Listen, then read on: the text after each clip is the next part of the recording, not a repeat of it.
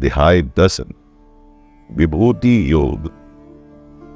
कृष्ण अर्जुन से अपने परम रहस्य और प्रभाव युक्त वचन को दोबारा सुनने को कहते हैं। कृष्ण अर्जुन से अत्यंत प्रेम रखते हैं और ये रहस्य और प्रभाव युक्त वचन वो उसके हित के लिए ही कह रहे हैं। कृष्ण के पैदा होने को न देवता लोग जानते हैं और न महर्षि जन, और इसके पीछे वजह है कृष्ण सब प्रकार से देवताओं का और महर्षियों के भी आदि कारण है। कृष्ण का कहना है कि देवता और महर्षि भी कृष्ण की उत्पत्ति को, कृष्ण के प्रकट होने को, कृष्ण के देव भाव को, उनके परम तत्व को समझ नहीं सकते। कृष्ण अजन्मा है, यानी कि जन्म से रहित, अनादि है। अनादि उसको कहते हैं जो आदि रहित हो एवं सबका कारण हो, और जो ये बात जानता है कि कृष्ण ही लोगों का महान ईश्वर तत्व है, वह मनुष्य संपूर्ण पापों से मुक्त हो जाता है और पुनर्जन्म को प्राप्त नहीं होता। निश्चय करने की शक्ति, यथार्थ ज्ञान, असंमूढ़ता, क्षमा, सत्य, इंद्रियों का वश में करना, मन का निग्रह तथा सुख दुख, उत्पत्ति प्रलय और भय अभय तथा अहिंसा, समता, संतोष, तप इंद्रियादि को तपाकर जब शुद्ध किया जाता है तो उसे ही तप कहते हैं। दान, कीर्ति और अपकीर्ति, ऐसे ये प्राणियों के जितने भी भाव है ये मुझसे ही होते हैं। हम सब के होने से पहले दुनिया में कुछ और था, उसी को बताते हुए कृष्ण कहते हैं वो थे 7 महर्षि जन। इन 7 महर्षि जन से भी पहले थे 4 सनकादि, अर्थात मन, बुद्धि, चित्त और अहंकार। स्वयंभू आदि 14 मनु, ये सब के सब कृष्ण के संकल्प से ही उत्पन्न हुए। जब कुछ भी नहीं था तब कृष्ण थे, जब कुछ नहीं रहेगा तब दोबारा सब कुछ की उत्पत्ति के लिए भी कृष्ण ही होंगे। तो क्यों है ये दुनिया, कैसे बनी ये दुनिया, ये सबसे स्वाभाविक सवाल है जो सोचने वाले के मन में आते ही है।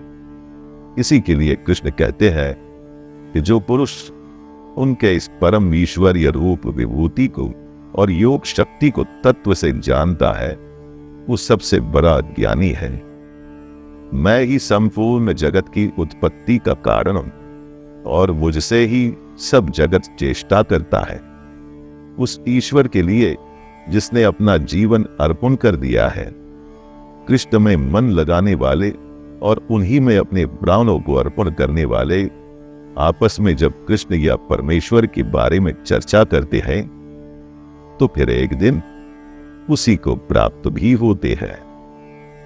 जिसने हमारे ऊपर कृपा करनी है वो तो असल में हमारे अंदर ही है, हमारे पास ही है, न पाबे में न कैलाश में। हमारे अंदर रह के वो हमारे अंदर के अज्ञान को नष्ट करता है। लेकिन ये सब अपने आप तो हो ही नहीं सकता, कुछ तो चेष्टा हमको भी करनी होगी। सिर्फ सच्चे मन से उसके बारे में सोचना होगा। अर्जुन कृष्ण को परम ब्रह्म, परम धाम और परम पवित्र बताते हुए कहते हैं आपको सब ऋषिगण सनातन, दिव्य पुरुष एवं देवों का भी आदि देव, अजन्मा और सर्वव्यापी कहते हैं। वैसे ही देवर्षि नारद, असित, देवल ऋषि तथा महर्षि व्यास भी कहते हैं। हे केशव, जो कुछ भी मेरे प्रति आप कहते हैं इस सबको मैं सत्य मानता हूं। हे भगवान, आपके लीलामय स्वरूप को न तो दानव जानते हैं और न देवता ही। हे देवों के देव, हे जगत के स्वामी, हे पुरुषोत्तम, आप स्वयं ही अपने से अपने को जानते हैं। आप ही अपनी उन दिव्य विभूतियों को संपूर्णता से कहने में समर्थ हैं जिन विभूतियों द्वारा आप इन सब लोगों को व्याप्त करके स्थित है। अर्जुन अपने सवाल को बढ़ाते हुए पूछ रहा है कि वो किस प्रकार निरंतर चिंतन करता हुआ कृष्ण को जाने और किन किन भावों से कृष्ण उसके द्वारा चिंतन करने योग्य है। कृष्ण सादगी से कहते हैं, तू मेरी विभूति, मेरी विशेषता के बारे में सुन, क्योंकि मेरे विस्तार का तो कोई अंत ही नहीं। हे अर्जुन, मैं सब भूतों के हृदय में स्थित सबकी आत्मा तथा संपूर्ण भूतों का आदि मध्य और अंत भी मैं ही हूं। कृष्ण कहते हैं कि अदिति के 12 पुत्रों में वो विष्णु है। जितनी भी ज्योतियां हैं उनमें कृष्ण किरणों वाले सूर्य है। कृष्ण 49 वायु देवताओं का तेज है और नक्षत्रों का अधिपति चंद्रमा भी कृष्ण है। यहां पर कृष्ण अपनी महिमा, अपने विराट स्वरूप को समझा रहे हैं। सिर्फ बातों की परिभाषा न समझिए दोस्तों, उनमें छुपा तत्व, उसके अंदर की गहरी बात को समझिए। कृष्ण अपने को वेदों में साम वेद बताते हैं। चारों वेदों में कृष्ण ने खुद को साम वेद बताया है। जितने भी देव हैं उनमें वो इंद्र है।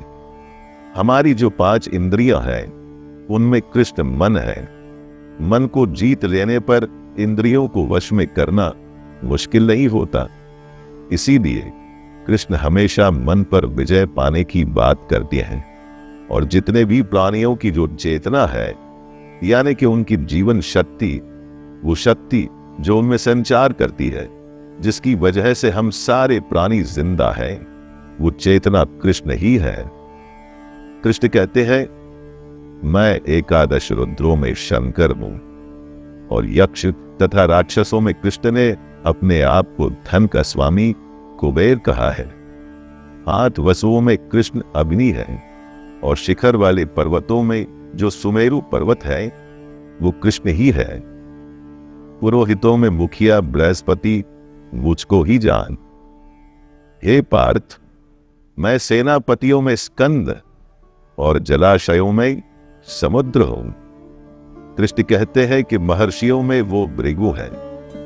शब्दों में एक अक्षर अर्थात ओंकार वो ही है। सब प्रकार के यज्ञों में कृष्ण जप यज्ञ है और स्थिर रहने वालों में हिमालय पहाड़ है। जितने भी वृक्ष है उनमें से कृष्ण ने अपने आप को अश्वत्थ कहा है। अश्वत्थ यानी कि पीपल। कृष्ण अपने को घोड़ों में अमृत के साथ उत्पन्न होने वाला उच्चैःश्रवा नामक घोड़ा बताते हैं। हाथियों में कृष्ण ऐरावत नामक हाथी है और मनुष्यों में जो राजा है वो कृष्ण है। सब शस्त्रों में कृष्ण ही वज्र है। गऊ में अपने आप को कृष्ण बता रहे हैं कामधेनु। सर्पों में सर्पराज वासुकी वो भी कृष्ण ही है। नागों में मैं शेष नाग हूं। जलचरों में कृष्ण अधिपति वरुण देवता है और पितरों में अर्यमा नामक पितर है तथा शासन करने वालों में यमराज मैं ही हूं, ऐसा कृष्ण कहते हैं। दैत्यों में कृष्ण प्रहलाद है। कृष्ण आगे कहते हैं कि गणना करने वालों का समय वो ही है। पशुओं में कृष्ण सिंह है और पक्षियों में वो गरुड़ है। यज्ञ से सारा माहौल, सारा वातावरण शुद्ध हो जाता है। ऐसी पवित्र करने वाली वायु कृष्ण है। जो शस्त्र उठाते हैं, युद्ध करते हैं, उनमें कृष्ण श्री राम है। मछलियों में कृष्ण मगरमच्छ है और नदियों में कृष्ण श्री भागीरथी की गंगा जी है। सृष्टियों का आदि और अंत तथा मध्य भी मैं ही हूं। मैं विद्याओं में आध्यात्म विद्या अर्थात ब्रह्म विद्या और परस्पर विवाद करने वालों पर तत्व निर्णय के लिए किया जाने वाला वाद भी मैं ही हूं। और कृष्ण कहते हैं कि अक्षरों में मैं अतार हूं। कृष्ण कहते हैं कि समासों में मैं द्वंद्व नामक समास हूं। द्वंद्व समास यानी कि वो समास जिसमें दोनों पद प्रधान होते हैं। अक्षय काल अर्थात काल का भी महाकाल तथा सब और मुख वाला विराट स्वरूप, सबका धारण पोषण करने वाला भी मैं ही हूं। कृष्ण अपने बारे में ही विभूतियां बताते हुए कह रहे हैं कि मैं सबका नाश करने वाला मृत्यु और उत्पन्न होने वालों का उत्पत्ति हेतु हूं। स्त्रियों में कीर्ति यानी कि ग्लोरी दोस्तों, श्री यानी कि सम्मान, वाक्य यानी कि बोलना, स्मृति मेधा यानी कि इंटेलेक्ट, धृति यानी कि बराबरी और क्षमा मैं ही हूं। गायन करने योग्य श्रुतियों में मैं बृहत साम हूं। बृहत साम का मतलब होता है ऐसा गायन जो स्वर्ग लोक श्रेष्ठत्व, मन और तेज को स्वर आलाप से व्यंजित करता हो, यानी कि वो सबसे बड़ा गायन जो ऋचाओं में स्वर प्रधान है।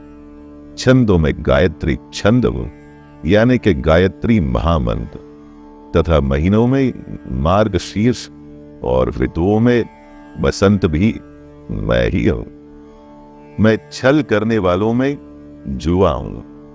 प्रभावशाली पुरुषों का जो प्रभाव है, उनका जो ओज है, वो भी कृष्ण ही है। जो जीत जाते हैं उनकी विजय कृष्ण है। निश्चय करने वालों पर निश्चय और सात्विक पुरुषों पर सात्विक भाव भी कृष्ण ही है।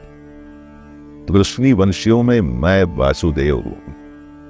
कृष्ण आगे कहते हैं कि पांडवों में वो धनंजय है, अर्थात अर्जुन।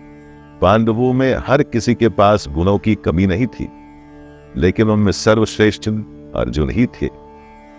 मुनियों में वो वेद व्यास, महाभारत के महान रचयिता, और कवियों में शुक्राचार्य कवि भी कृष्ण ही है। मैं दमन करने वालों का दंड, जीतने की इच्छा वालों की नीति हो। गुप्त रखने योग्य भावों का जो रक्षक होता है वो होता है मौन, और वह मौन मैं। और ज्ञानवानों का तत्व ज्ञान भी मैं ही हूं।